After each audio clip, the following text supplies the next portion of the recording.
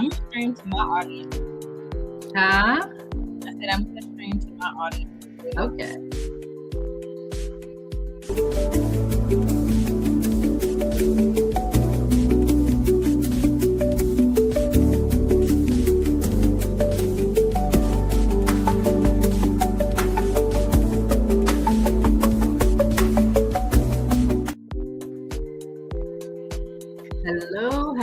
Hello, Wings of Wisdom, listening audience, and Virginia's virtual viewers.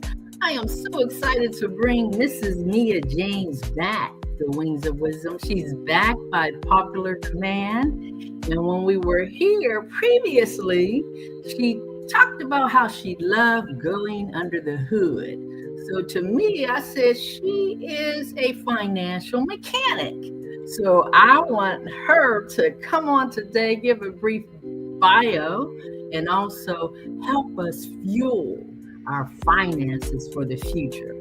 So, Mrs. Mia James, thank you for coming on and going beyond the busyness. So, give Virginia's virtual viewers a brief bio and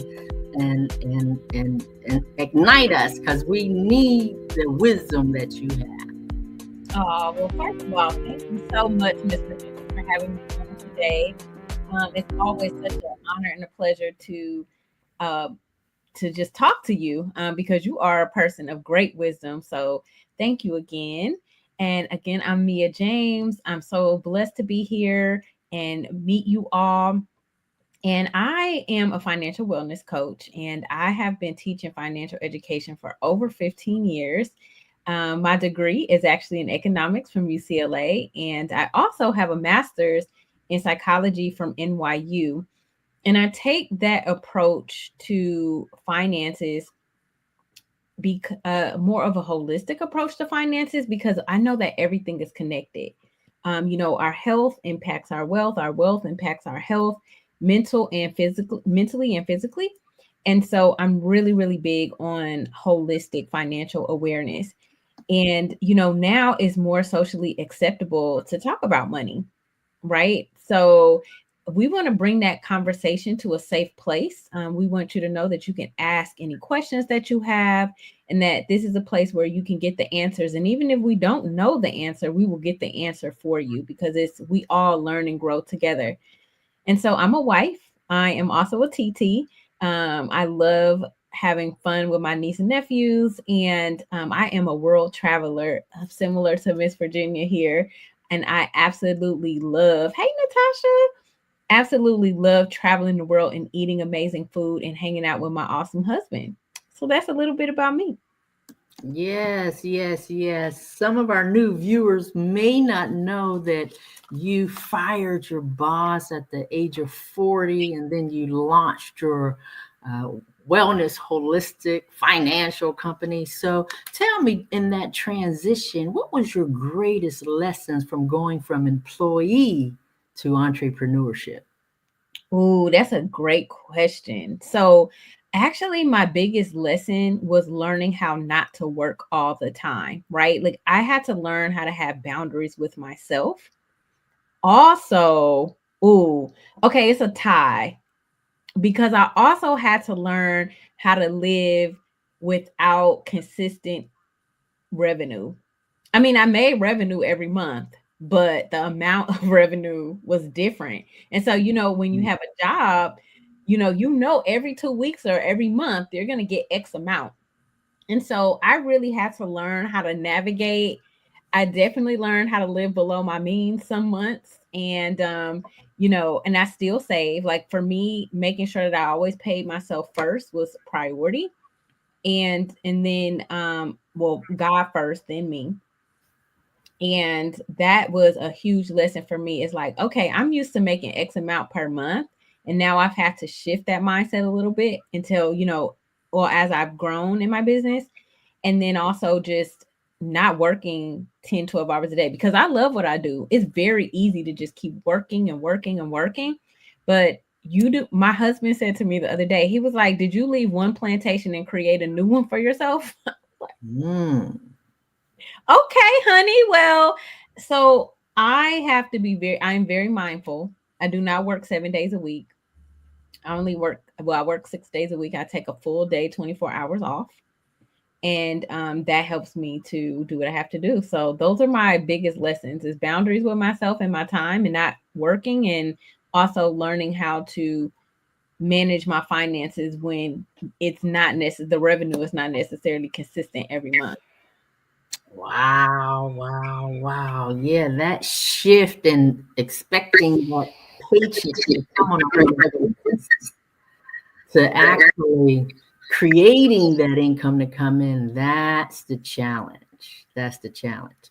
So Mm-hmm. tell me this. I know that, our vehicles need maintenance all the time, regularly, All the and time. so do our finances, right? Yes. So, how do you know what warning signs are there when you know that your clients may be on the brink of a financial vehicle breakdown? So one is when you have exhausted all your credit. Okay. Been Mhm. there. Trust me. I know I have definitely been there.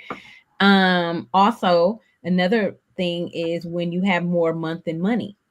Okay. So when I do a financial needs analysis, that's when we look at what you have coming in and what you have going out. And we offer those complimentary because, for anybody to help you, it's just like when you go to the doctor, you need to be very detailed with the doctor so they can actually properly diagnose you and get you the help that you need to heal.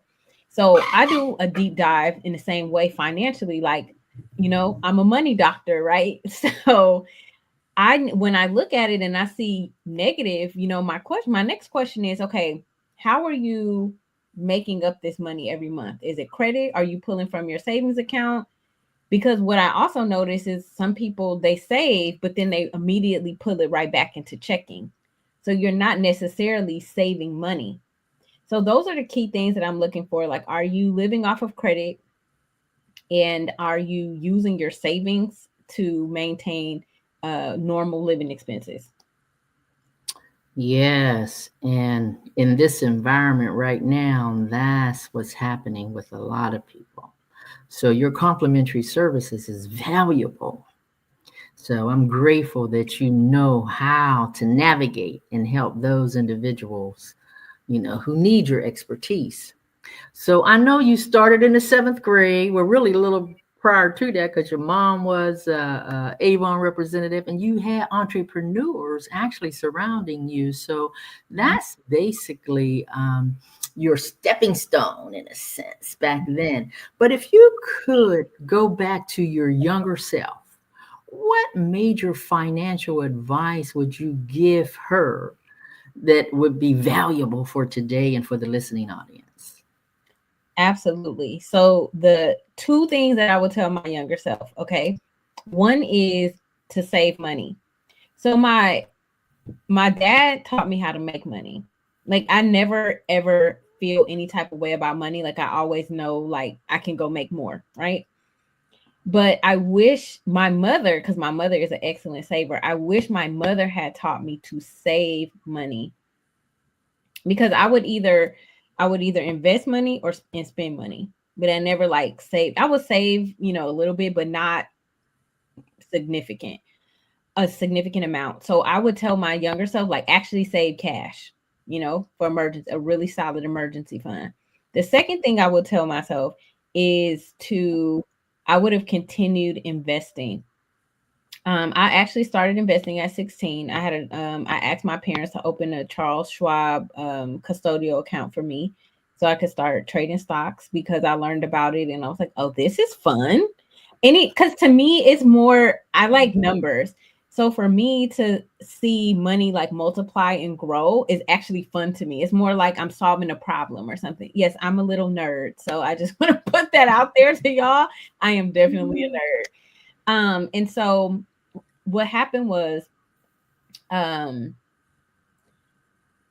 this is kind of on a personal note, so just bear with me, y'all, as I tell this story. But my father was very, very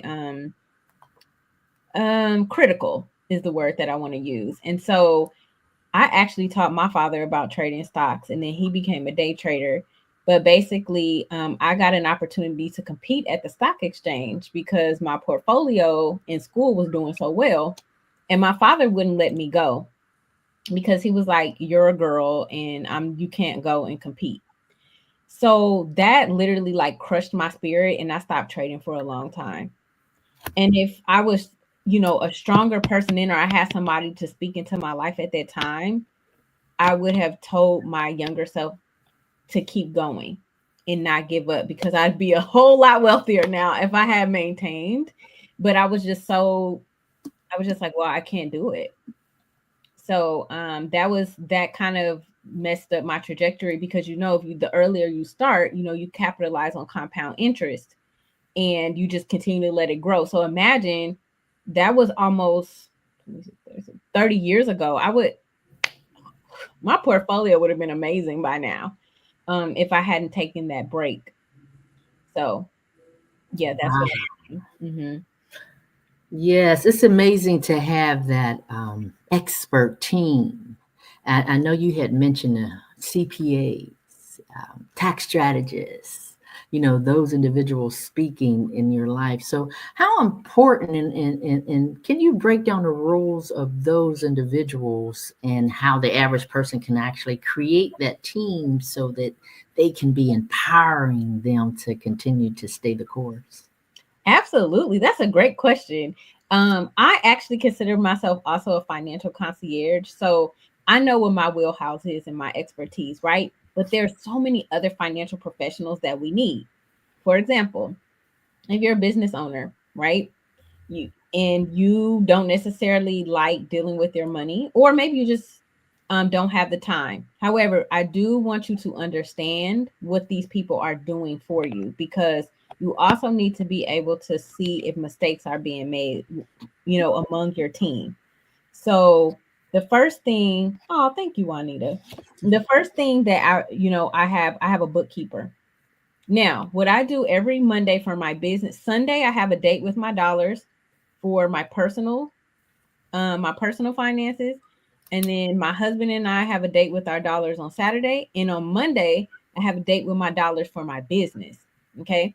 Now, every Monday when I have my date with my dollars for my business, I go into QuickBooks. That's what I use to track my business spending and expenses and such. And I go in and I label everything. Now my bookkeeper reconciles for me because I am not an accountant. I took accounting classes. I had to for econ. That is just my brain don't work. I work in finance, not accounting. So I always tell people that's not my red wagon.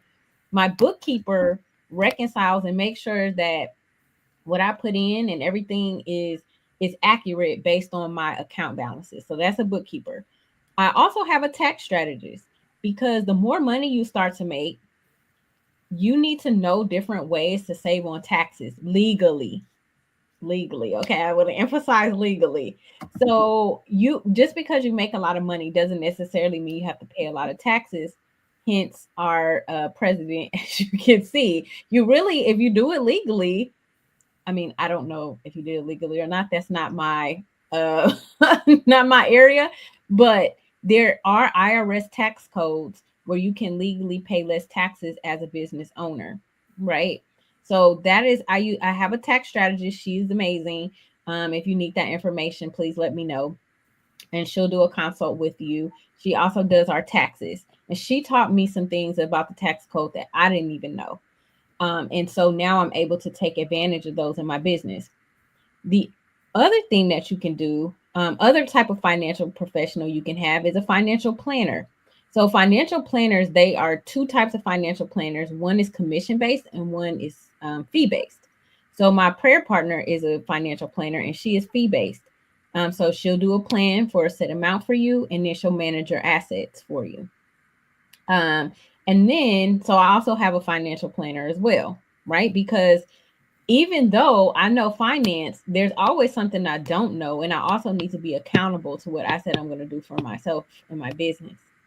So, and then also, obviously, you need an insurance person. So someone like Virginia and myself that can actually help you protect your assets and help you protect your income, because a lot of people don't know that you can actually have income protection. So if you were not able to work for whatever reason, you could still bring in a portion of your income. And then I would say, let's see if I have any other financial professionals. I think that I would probably say those would be your team. Oh, and a banker. So, especially if you do want to take out any type of loans for your business, for example, you want to have a banker who you can work with. You know, they know you, they know the ins and outs of your business, and they can help you when it's time for you to take out like any loans or get funding. So yeah, that would be the team I would put together. Wow, the team. The audience is weighing in saying, date with my dollars. I love it. And I love the fact that you said on Sundays, you actually have the date with your dollars. So to me, that's like putting God first.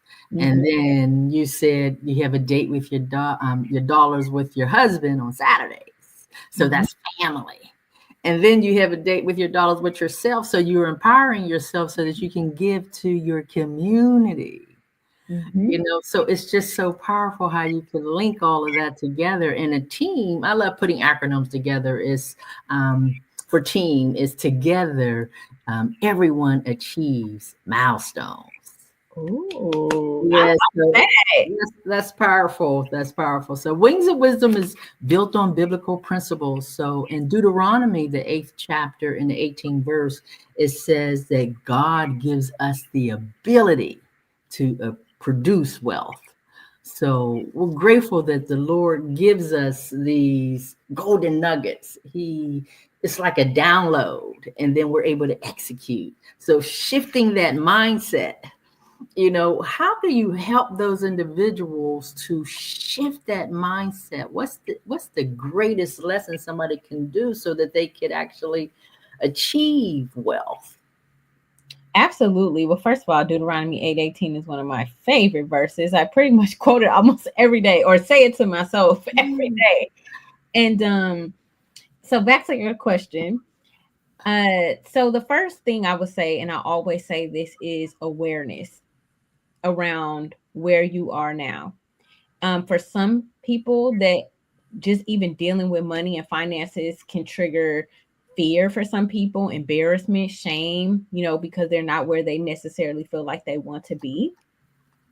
And I always want people to remember that you are where you are for a reason. And today you get to choose, right? Like even in the Bible, when choose this day who you will serve, right? You get to choose. We're adults. We have choice.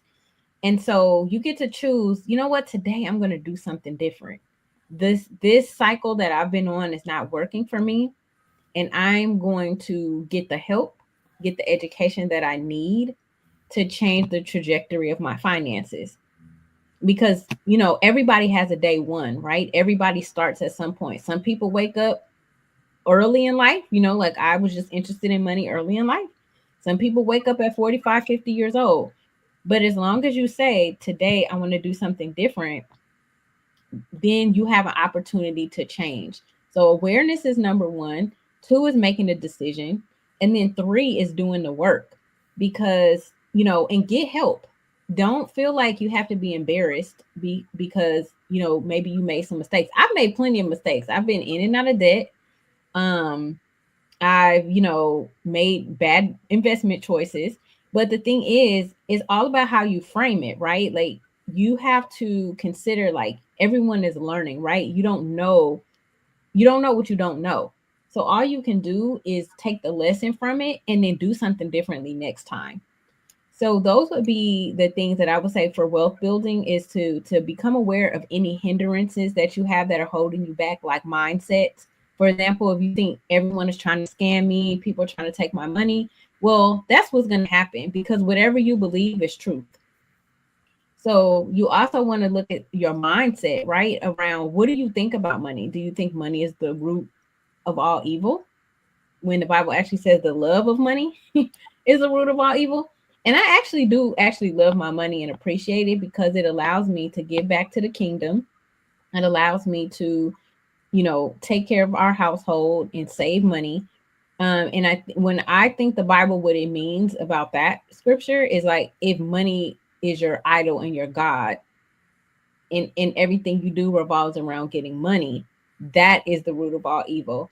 But if you look in the Bible, many people were wealthy. Solomon was super wealthy. David was wealthy. Abraham was wealthy. Like all the flocks and the cattle and the herds that they had.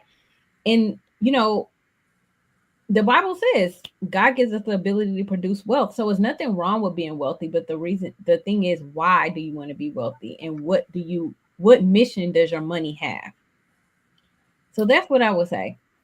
Yeah, powerful, powerful. You got to have a mission for your money, right? And Mhm. the kingdom must come first. So it's got to seek the kingdom of God first, and then all the other things will be added unto you. Amen. So got to have that as a priority. So when you work closely with your clients, I know most times, if not all times, you're overcoming these roadblocks. I remember you mentioning that. So overcoming the roadblocks, what was one of the most surprising hurdles that you helped one of your clients overcome? So I had a client that had $90,000 in credit card debt, and I helped them to enroll in a debt settlement program. So they were paying about $2,000 a month in credit card bills. And so that's a mortgage for many people, and not able to save. And so by enrolling them in the debt settlement program, they were able to reduce that payment down to 1,300, excuse me, and then take that other 700 and start building an emergency fund. And that's important, that when you're paying down debt, you're also saving, because if you don't have a savings and you have an emergency, then you go back deeper into debt, and it kind of resets what you're working towards. And so the biggest thing for me is making sure my clients are getting rid of any detrimental debt payments, because they call them wealth destroyers, right? Because the interest rates are so high.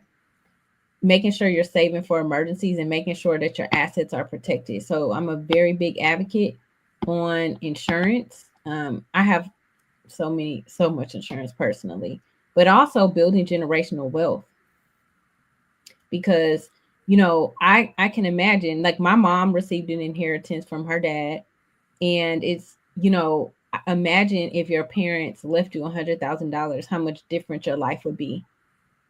If you needed to pay off some debt, or you wanted to take half and invest it, and grow that money.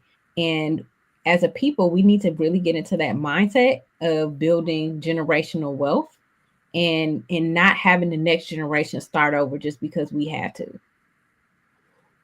Absolutely. That is the key. I tell you. I remember you mentioned on the last episode, a lot of those nuggets still stick out in my mind, that you have a legacy drawer, Hmm.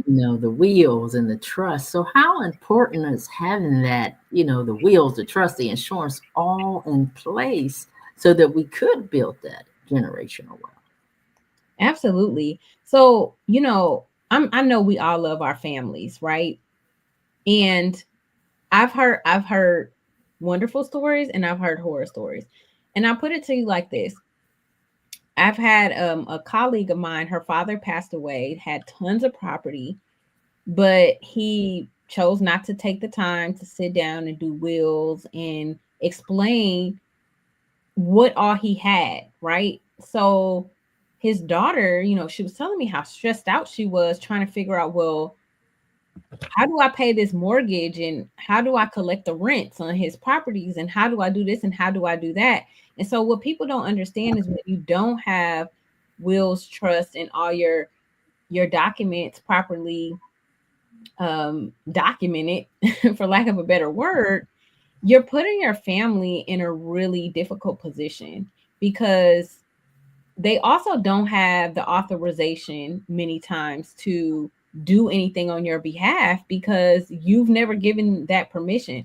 So it just makes it, while your family is grieving that they've lost you, it just makes it so much more difficult, because now they're trying to figure out all of your personal affairs that you had and your business affairs, and they don't even know where to start. It's like finding a needle in a haystack.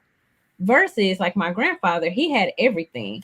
So a will is simply your wishes. But if you have a will only, it still has to go to probate, and then the court gets to decide what happens to your assets.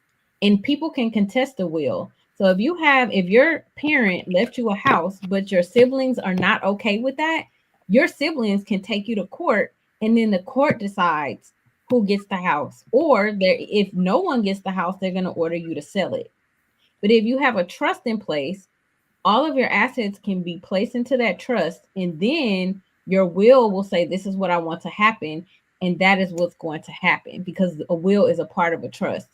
Also within the trust, you have your ancillary documents. So you have, power of attorney, financial power of attorney, healthcare directives, things of that nature, so that if, God forbid, you were not in a mental or physical state to make decisions, things can still occur on your behalf because you have somebody in place that you can trust. And so we got to stop leaving our families in stress while they're grieving, because that's when people get taken advantage of. So if we can do it while we're in our right minds, while we're healthy, it just helps our family to have a much better situation when we do pass away. Wow, golden nuggets, girl. I am so excited that I am connected to your team because together everyone achieves milestones. So, this is a powerful episode for me personally because I'm on this new endeavor with you and beyond the busyness. And it's been exciting. It's new and exciting. But I told you on the last episode, I'm about to hire you. So, I am grateful to be connected. But tell me this, what is the missing piece of wealth? What are the most like overlooked components that keep us from building generational wealth? Really, it's just people are like, I don't have enough money. And okay, so here's the deal with that. That is very relative. So I'm all about the reframe. And what I mean by that is wealthy people pay themselves first all the time. Is a non-negotiable. Well, here at Wings of Wisdom, we are believers, so we pay God and then we pay ourselves. So that can just get everyone to consider, what would it look like if you did pay your tithes, and then you either saved money or in slash invested money, and then dealt with bills from there, because that is how my mother was taught. Now, I don't know why she did not tell me. I tell her all the time. I'm like, Mom, why could you just not just tell me that little nugget? Like, because that's what she does.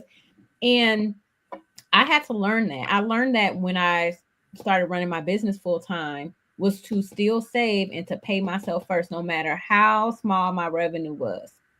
So that is the biggest thing. People are like, well, I don't even have enough money to pay bills. Let me tell you what, you need to pay you first, because all those bills can be paid and then you still have nothing left. And then next thing you know, you're 65 and you don't have enough money to retire. So you have to be diligent and think about your future self. And maybe you do, maybe hopefully you can afford to pay all of your bills after you save. But maybe you don't go to Starbucks as much. Maybe you don't go shopping as much. Maybe you have to postpone the vacation for a little bit. I mean, I don't know. I don't postpone vacations personally. I can't tell you to do something I wouldn't do, but I mean, I don't shop that much because I have to invest. I have to think about my future, and I want to retire by the time I'm 50. So I don't have that much time. Wow, wow. So that leads us to our action plan that I wanted to ask you if you could challenge our audience to take just one financial action today that could transform their future. What would that be? So I would tell you to go on your calendar right now and block out maybe an hour of time, hour to 2 hours of time. And I actually want you to document um, all your assets and liabilities, because I want you to know what you actually have. Assets. What are assets? Assets are anything that you own. So let me put it to you like this. An asset would be any bank account, any retirement account, any brokerage account, any commodities like silver, gold, things of that nature, REITs, real estate investment trusts, anything like that. Now, we're not going to put, if you do have any property that's paid off, you can potentially put the value of it, but technically that doesn't go on your asset sheet because you haven't sold it. So it's not liquid. Um, so document your assets. And if you need a free resource, you can just send me a DM. I'm on at beyondthebusyness.com or Beyond the Busyness on social media. I'll put that in the chat. And then for your liabilities, it's just anything that you owe, right? And I also have a resource for that. Actually send me an email and I'll send you a free resource. But essentially, with that, the liabilities is credit cards, auto loans, mortgages, personal loans, anything you owe. And you want to know the balance, the interest rate, minimum payment, and current monthly payment. So at least become familiar with what your net worth is. So net worth is assets, total value of assets minus total liabilities. And this will kind of give you a gauge like, do you owe more than you own? And if you do, now you want to start thinking about buying more assets. Okay.